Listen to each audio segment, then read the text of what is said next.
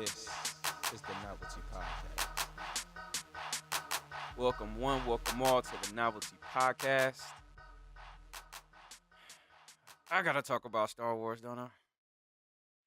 Gotta talk about Star Wars. They dropped a trailer, and my fury kicked back in. So I got a thing. I got a thing with Star Wars. Star Wars is legendary, of course. Came our way back in the I don't know, sometime in the 80s. I don't know when the original Star Wars dropped. I wasn't gonna do research about this because the whole concept pissed me off. So sometimes when people talk about movies, they talk about cash grabs. Why don't they change the name of Star Wars to cash grab? I get a feeling people will still go see it. I see what they're trying to do. I respect what they're trying to do. What they're trying to do is save the movie industry. I'm all for that. I can't be against that. From where I'm sitting, movie theaters may be extinct in 20 to 25 years. So I respect what Disney is doing. To an extent, I respected what Steven Spielberg was saying about, letting the technicality of things being in theaters before they consider for Oscars. A part of me understand that. Because theater is dying. People aren't going to movies. But somewhere along the line, Hollywood discovered that people are buying up nostalgia like crazy. If it was created in the 80s and 90s, bring it on. Bring on those scripts. Star Wars decided to go a whole different direction, though. Star Wars decided to completely alienate their fan base and not appeal to any new fan base. And I resent them for it. I resent them for it. I resent them. They come out with The Force Awakens. It's a good movie. It's not a bad movie. But it's a carbon copy of A New Hope. It was essentially a remake. But it made money, got good reviews, and they got a taste, man. They got a taste of the potential of selling back that nostalgia. But then things got weird, man. J.J. Abrams brings in a director,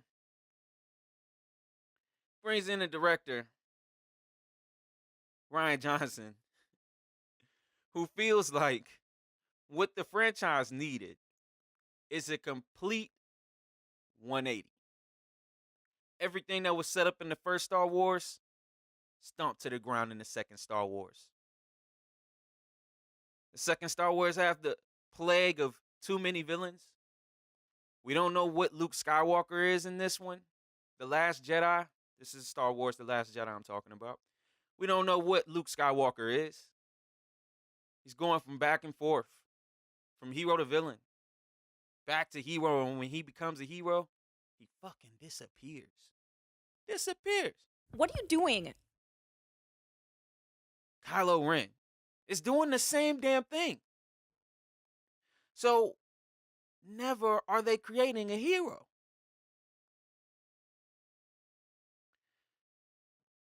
So I say too many villains. But if we get technical, they introduce a villain, Snoke. Very mysterious Jedi. People want to know where the hell he come from. What is he? Who is he really? You want to know who Snoke is? We don't know. So here they are again. Subverting expectations and giving up on story. And now they want me to trust. They want me to trust them. Spend my hard-earned money. You spend your hard-earned money to go see Rise of the Skywalkers, where they will probably do it again. They'll probably do it again. Brought back a villain from the original trilogy. Do you know the Olympics of screenwriting that they're going to have to go through just to make it make sense that this dude is back? They're going to spend half the movie trying to make us believe that it's feasible that this villain is back. Rey is not a strong character. She's strong as the story need her to be. They're constantly making her strong enough to keep the story going. Gets old, gets tiring. We gonna see a lot of that. Is Kylo Ren bad or not? Is these stories really enough for them to think that this is what we're clamoring to see? And this isn't the end. This is just the beginning. This is just the beginning. There'll be more trilogies. This is the end of the Skywalker saga. There'll be more trilogies. They're going to invest time and money into Disney Plus, into making more canon stories with Star Wars. They're investing more. But guess what? None of that have gravitated with the new audience. Because there's a fundamental problem here. Star Wars is not ours to have. Star Wars was a gem of a franchise. Gem of a franchise. Nobody expected it to succeed, including some of its own actors. They didn't expect this thing to succeed. And it took off, became a worldwide phenomenon. But we could have left it. Could have left it where it was. They completely forgot that by the time the original trilogy was over, Darth Vader was a good guy. He was chilling in the spirit realm with Yoga and them. But in the new one, they treat him like some type of spirit who is still loyal to the dark side. What the fuck? They keep his helmet around, honoring him. Did they completely forget? So I see this new Rise of the Skywalkers trailer, and it's really bizarre to me because I don't see why Disney would want to get in their own way and start promoting Star Wars and getting people talking about Star Wars when they got Avengers coming out in days. They dropped this, I think they dropped this Friday. So a week. They dropped this thing a week before Avengers dropped. Stay out of Avengers' way. Especially for this shit. It's going to make a lot of money. It's going to make a lot of money. If you're looking for that, then yeah, I'll probably be looking dumb by the time this all ends. But I have no incentive to going to see Star Wars. I'm only going to see Star Wars because of what I want to do. For a living.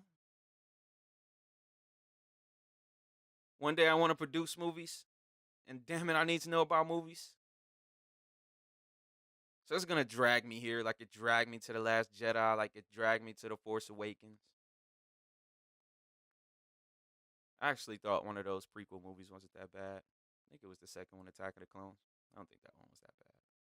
But I dragged my ass through those. Out of respect for this franchise. But I'm done respecting this franchise.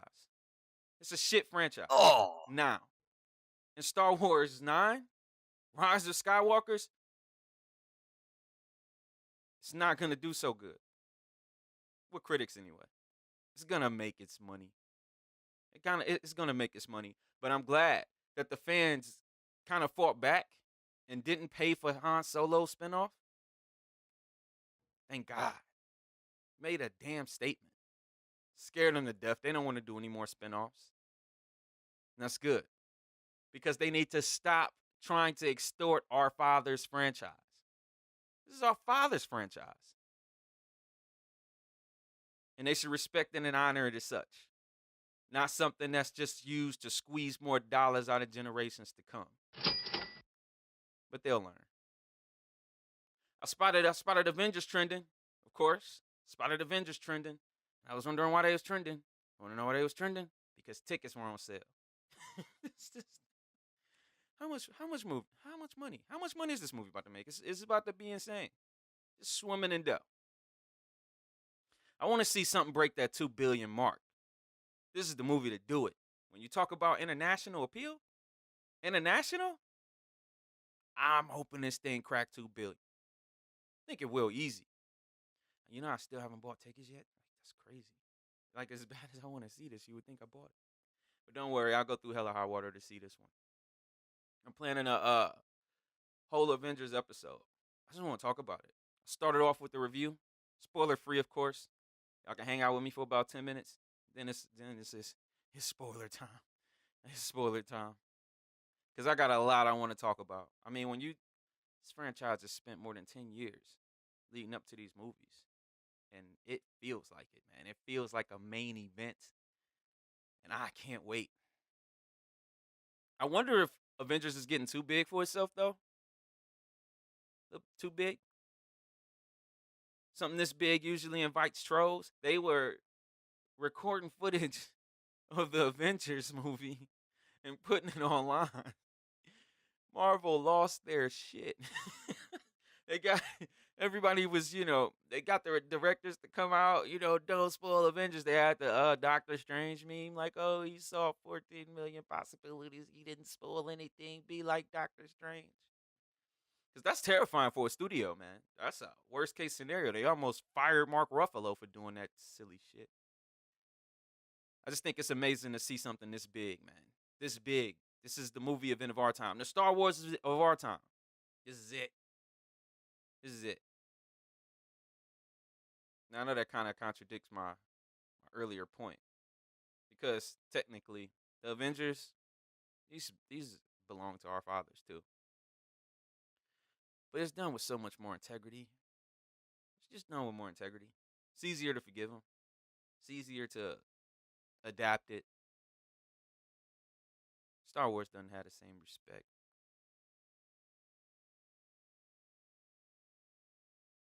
So, do anybody know about Elizabeth Banks? Like, Elizabeth Banks is a pretty decent actress. I see her do a lot of stuff. She's on a lot of independent films. So she got her weight up. She's directing. She directed a short on movie 43. It was horrible. The movie was horrible. I don't know if her short was horrible. But she's doing Charlie's Angels. I'm not excited about it. What is it with Charlie's Angels? I know it was a big hit as a TV show, but Hollywood won't give up on this thing. Both of the Charlie's Angels movies that had star power in them. When Cameron Diaz was on, she was on. When Lucy Liu was on, she was on. And Drew Barrymore is Drew Barrymore. I'm loving Drew Barrymore right now. It's this show called The Santa Clarita Diet. And it's like one of the most underrated shows. Made it to a season 3, and thank God somebody's watching this shit with me. It's a very underrated show. Drew Barrymore is killing it in there. But it still managed to bomb. Bomb with critics, didn't make money. But they're making another one. Did they think it can work this time? Did they not see the female version of Ocean's 11, the female version of Ghostbusters? We don't need female versions of everything. The problem is that when they're in movies with men, they're not standing on equal footing with men. So, Elizabeth Banks, I invite you to watch Avengers Endgame, where you're going to see Captain Marvel standing toe-to-toe with men. This is much more powerful than constantly trying to find a story and force these situations of, pro-women teams. I get it. You get a lot of pro-male teams, but I think that's down out more and more. Times are evolving. But it doesn't always help. Oh, we're going to go all women. What's the point? So I get it. You're trying to find a team where it's naturally all women, like Charlie's Angels. But we all know it's not going to be good. But it got greenlit. So I may have said this in passing. They got this show. They had this show called Luke Cage on Netflix. And it was just garbage. Like, you can talk to people about it. Maybe you like it. But nobody can explain why they like this show. You know why they like it? Because Harlem is cool. Harlem is a cool place to watch. It's just cool. It's something about it that you like. I like seeing Harlem. You don't see Harlem in a lot of stuff. And you don't see Harlem in a lot of movies, a lot of TV shows, a lot of stuff it's not really based in Harlem. And it's a different kind of attitude. Like, I'm from Cleveland. We got a lot of streets named after Dr. King, none after Malcolm X. So when you see some city that has that type of pride cultural heritage translate really well on screen, but sometimes it was grossly overplayed. All the time, they just be saying shit. And I just imagine a room full of writers like, well, does this sound cool? Does this sound street? Not that I'm saying the guys sound like that. They probably don't sound like that. They seem like cool black dudes or whatever. But Luke Cage is, it's a pretty corny show. So you know what somebody's idea was? Who needed a writer after The Nun 2 got greenlit? To get a writer from Luke Cage. What the hell are we thinking? What is this going to do for this franchise? Now, this is what's crazy. The Nun isn't even close to good, but it made money, so they're going to make another one. But what they do in response is get an even worse writer to replace the other one that made all the money. What are they hoping that it's going to be a better movie now? No. Sometimes horror fans are just loyal. They love the Conjuring franchise, so they followed it into The Nun. But do they think coming up, hiring a dude who made bad comic book TV shows that people watch for some reason is going to save the Nun franchise? Is going to do anything but write more jump scares and more comedy?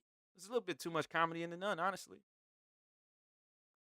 It's a bizarre move. I don't understand. I don't understand it. I know it's barely news, but some of the stuff that I was finding, it was a slow week. It was a slow week. But I'm still gonna work for y'all. I'm still gonna bring y'all the news. But some of the stuff is just ridiculous. You know what else got greenlit? Tomb Raider 2. Now Tomb Raider was okay. It was fine. But it didn't make any money. And it was an okay movie. So what's happening? Am I missing something? Is people streaming the hell out of these things? Like after they bomb the movie theater, are they going and they're streaming it like crazy? Maybe that's what it is. Because they see a demand out here for this stuff. Tomb Raider 2? The lead is hot though. She's hot. I should learn her name. She's hot. But the curse of the video game movies is real. It's 100% real. See, a video game can't really give you story. It's really not what it's there for. Video games are supposed to come up with micro conflicts, little conflicts that get you a mission from A to B. You do this. You do this a little bit. Now, granted, they pulled it off with Uncharted. Those Uncharted joints got some great stories on them. And some of them can have great story, but it's not why you write it. It's for story. They write those things to have 8-9 hours of gameplay.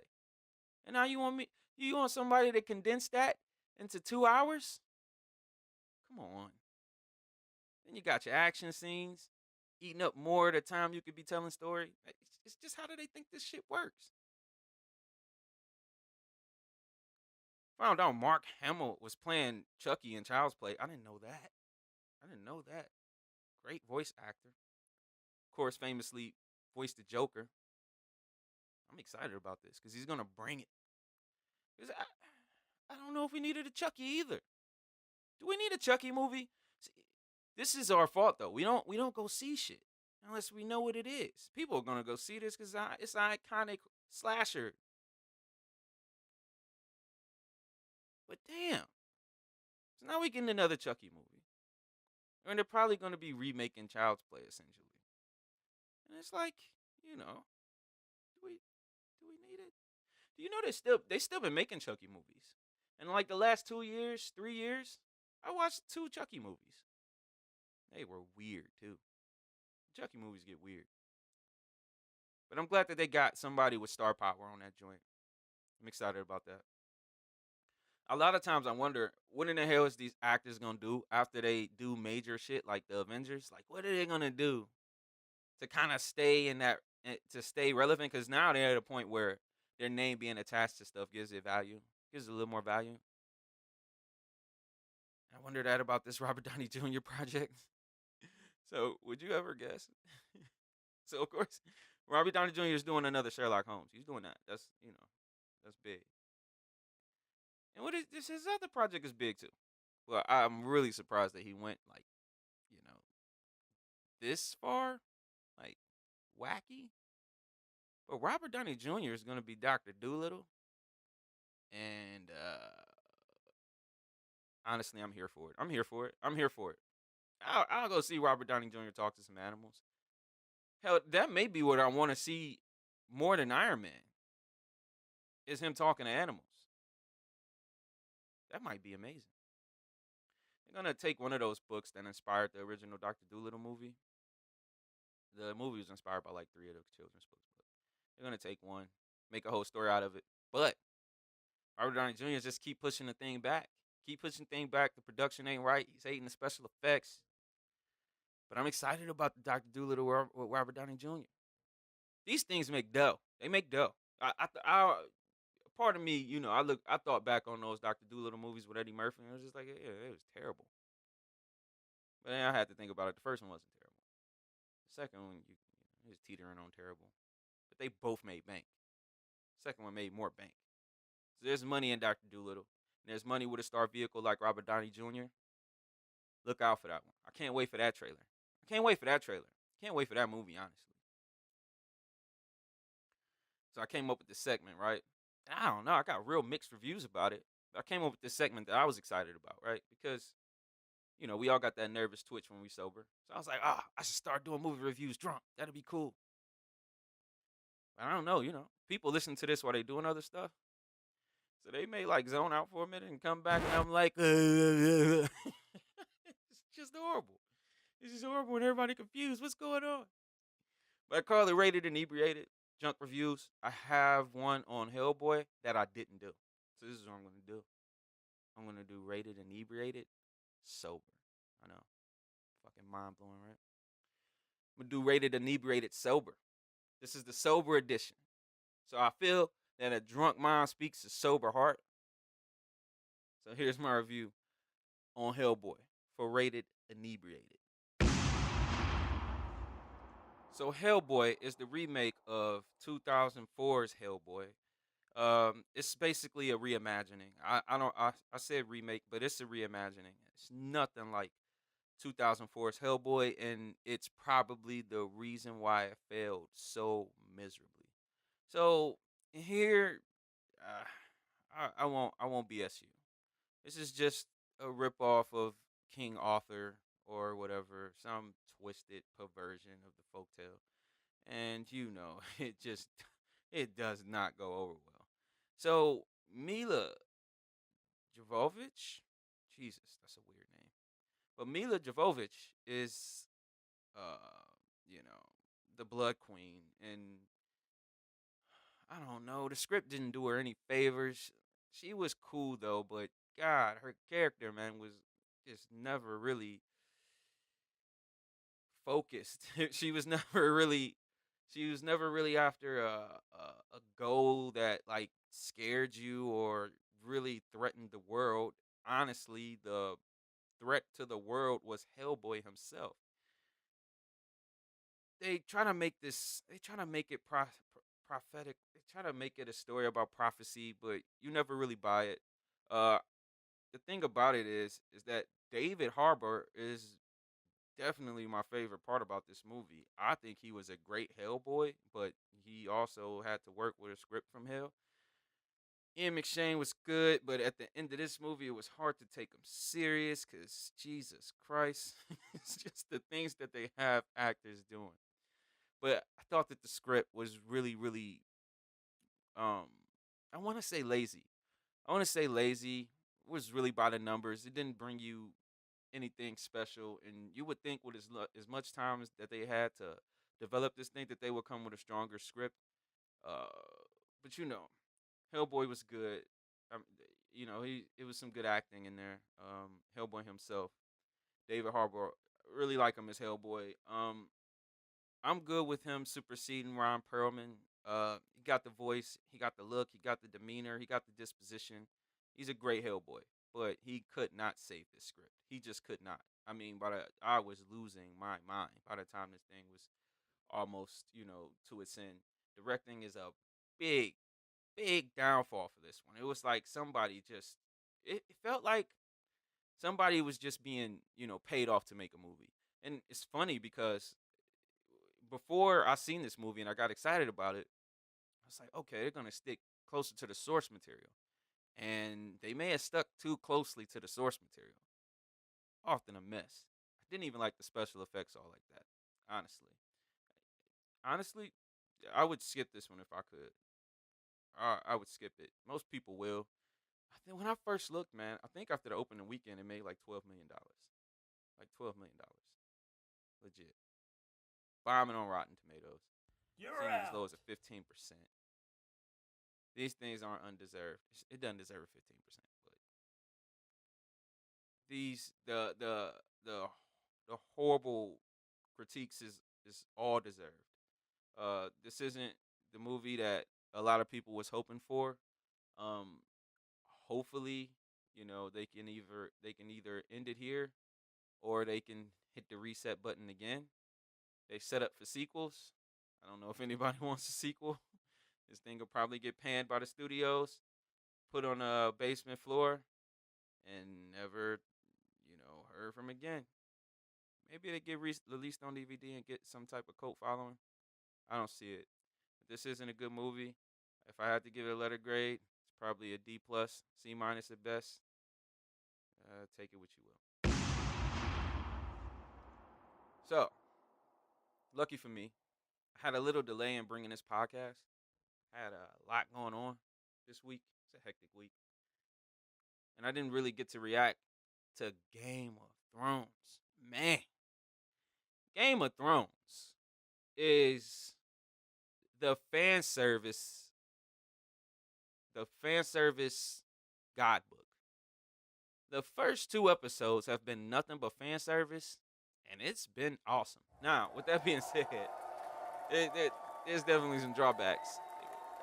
At this point, when Game of Thrones is a colossal hit, a hit to the point where I think it has 17.4 million viewers on its first trip. People, do y'all know what that translates to at the box office? This thing would make bank if it went to movies. This is that big. So when it get this big, you want it to be validated. So you like, man, you gotta watch Game of Thrones. Oh, you should watch Game of Thrones. Oh, it's not what you think it is. You should watch Game of Thrones. But if they watch Game of Thrones from here, they'll be like, this is the most boring shit I ever seen.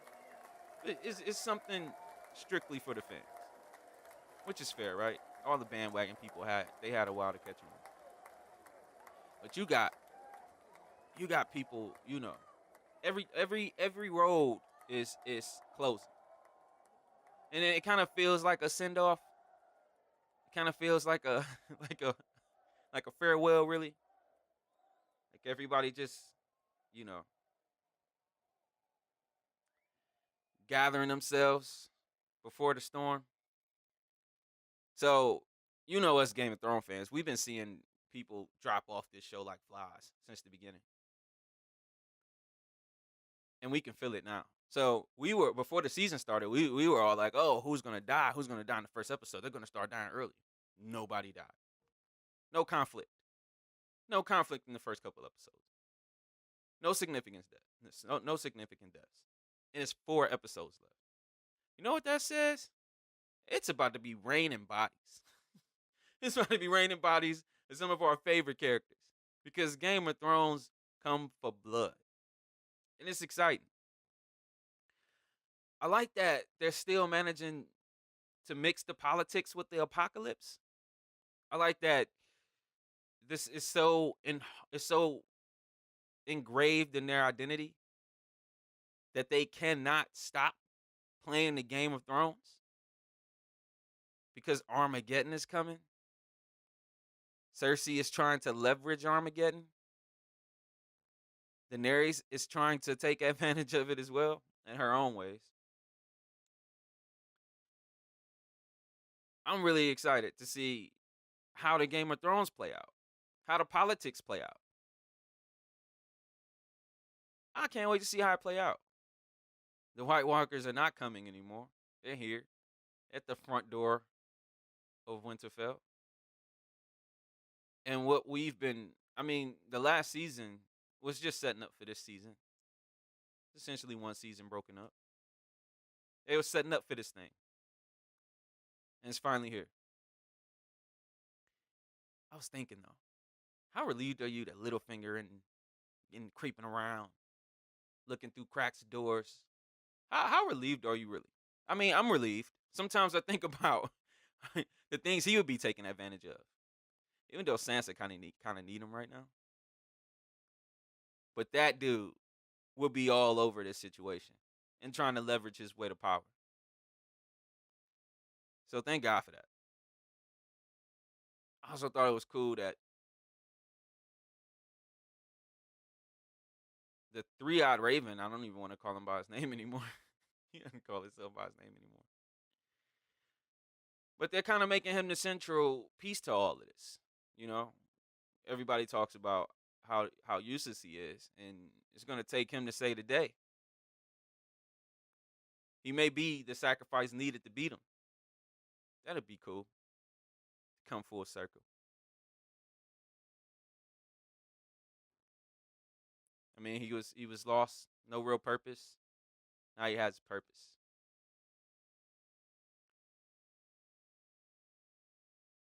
But how? My question is, how will they make it even interesting? How will they make it interesting? How will they do it? That's what I want to know. You see all of the things that's at play politically. You see Jon Snow.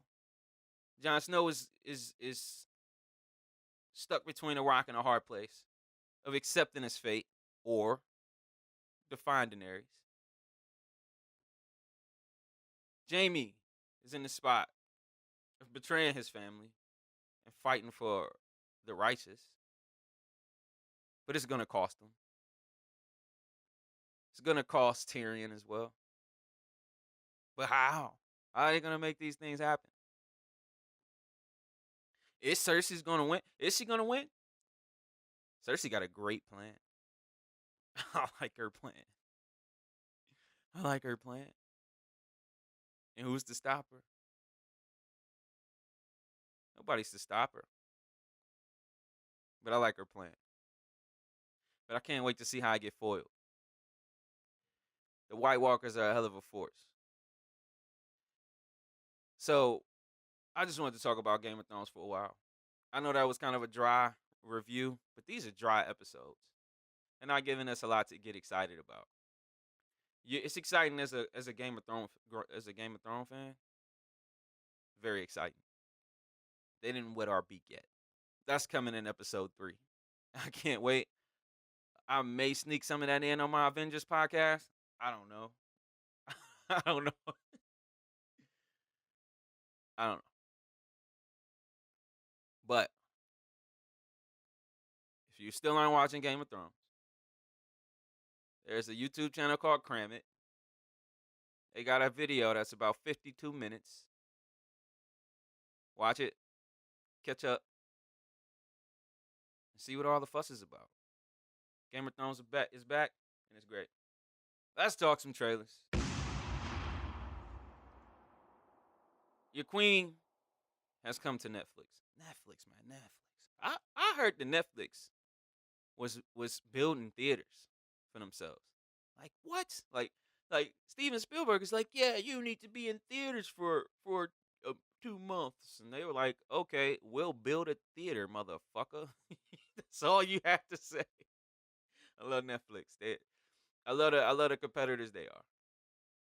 And now they got Beyonce. Now it's funny, nobody was talking about Beyonce.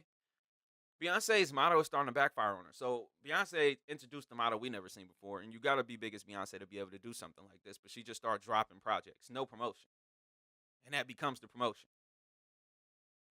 It didn't work so well this time. It didn't work so well. I didn't see a lot of buzz going on about Beyonce's new thing, about her new concert. I like Beyonce. I don't love Beyonce. I don't love her enough to see stuff like this. So if you watched it, please hit me up. I want to know what you think, not just what Rotten Tomatoes think. Not about this anyway. Because it's probably a crazy good concert. It's probably good, but you know, never been impressed by concerts like Beyonce's.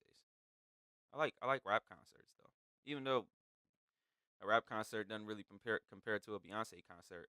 But Queen Bey is on she's on Netflix, so check it out. I'd love to know what you think of it. Hit me up. Novelty movies, Instagram, Facebook, Twitter, especially Facebook. I'm actually spending money to promote on that damn thing. So, a couple podcasts ago, I came out being extra critical of this guy James Gunn, but I was waiting. I was like, oh man, on his next project, on Guardians of the Galaxy 3. I don't know how I'm gonna feel about him because he said some bad stuff. Well, guess what? He got me excited about a movie, not Guardians of the Galaxy 3, but a movie called Brightburn. This thing looks amazing. Now, let me tell you why it looks amazing. It looks amazing because it looks original. Okay, it's the truest form of an origin story, and give me that. Give me that. From a villain's perspective, give me that. Check out the Brightburn trailer. I mean, you want to talk about a horror movie when you start mixing horror and superhero genre, you come on. I don't. What am I gonna do? Say no? I'm not gonna say no to that. Brightburn looks great. Looks action packed. I think Elizabeth Banks is in there. She'll be giving a solid performance as usual. I got all faith in this one.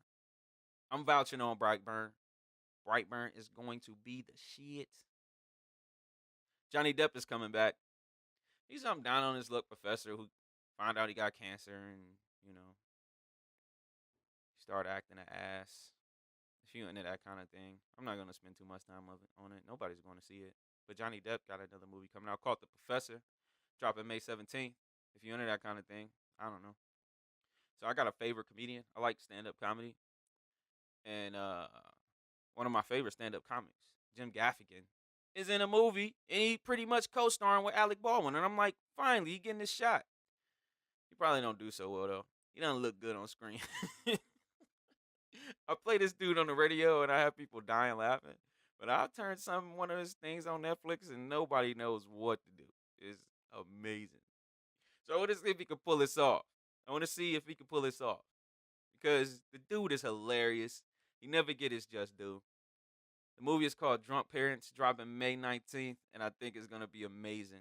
You got just a couple going broke, and you seen Fun with Dick and Jane. It's not like Fun with Dick and Jane, but it's a nice twist on going broke. I highly recommend Drunk Parents. Uh, so when I went to see Hellboy, I saw something that surprised me. I saw another female-led spy movie. Now, these don't work for some reason. I don't know why they don't work. I don't know what it is. I don't know if they overcompensate.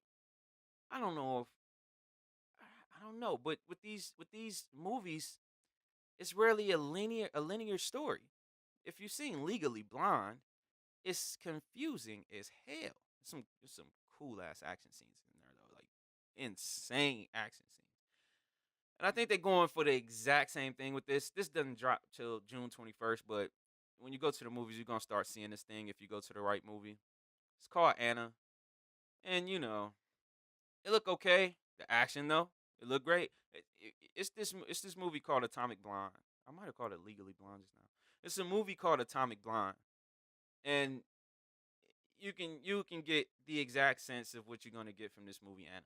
But I feel like Anna, the woman who plays Anna, she looks way more natural in the role than Charlize Theron. I'm sorry, I'm tired as hell. But uh Charlize Theron, she didn't look as natural in the role, you know, but still killed it enough for me to be like, she wasn't the problem, and she wasn't. Her and McAvoy was brilliant in the movie, but some scripts, man, you just can't save. It's just nothing you can do. So Anna's dropping. and it looks decent, but I do have a good feeling it's gonna be better than Atomic Blonde. But they're taking that blueprint. So if you like the Atomic Blonde, I'm banking on a better version coming out of that June 21st. Check out the trailer. It's great. By the way, I need to redact something real quick. I went on this whole tear about James Wan. I went on this whole tear about James Wan to hype what I thought was his movie, The Curse of Liona, and he didn't even direct the damn thing. So that's my bad. That's my bad. And I was wondering why I was bombing so hard, and that's why. He is tagged as a producer, so when it was marketed to me initially, I seen James Wan, James Wan, James Wan, and I just accepted that and walked away. That was my bad. But the movie's bombing. It's not doing good. Critics hate it. People hate it, and it's not making money. James Wan should have did more work. Maybe he had a feeling. He was like, "Nah, I'll be an executive producer. I don't want no parts of that script."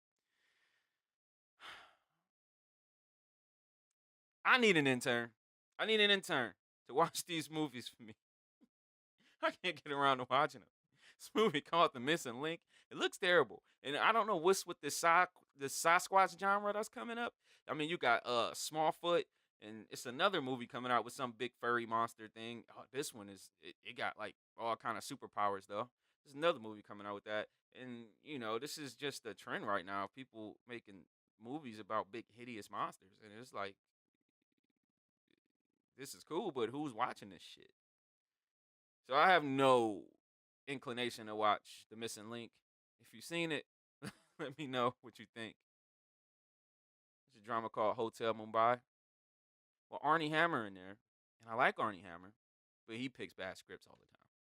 He was in this horrible movie it was horrible, Lone Ranger, but I got through the whole thing because I was just enjoying him and Johnny Depp's performance. I always enjoy Arnie Hammer, but he picks horrible scripts. So it's a horrible script. It's I don't know if this is a horrible script, but it's a spy movie. I'm real iffy when it comes to the spy movies. Real iffy. I need an intern to watch Hotel Mumbai. I also need an intern to watch Little. I got a couple people on that bandwagon for me. I asked around. It's a little easier with black movies. Just ask a few people to intern for me. Tell me what you think of Little. Because I can't get myself to watch that either. I just can't get myself to do it. I don't know why. I can't get myself to watch Little. But I'm getting mixed reviews. So people saying good, some people saying it's bad. Mixed reviews. Which is kind of what I expected. But hey, I got a 14-year-old executive producer making history. So I got a lot of good stuff coming. This wasn't my best podcast, but I'm late on podcasts. Not even gonna lie. I'm late as hell. Got Avengers coming up. Had a long week that I owed y'all. But that's it for me. Keep watching, keep living, keep learning. My name is Terrell Bilal. This is another edition of Novelty Movie Podcast. I will see y'all soon as Avengers come out. Peace. This is the Novelty Podcast.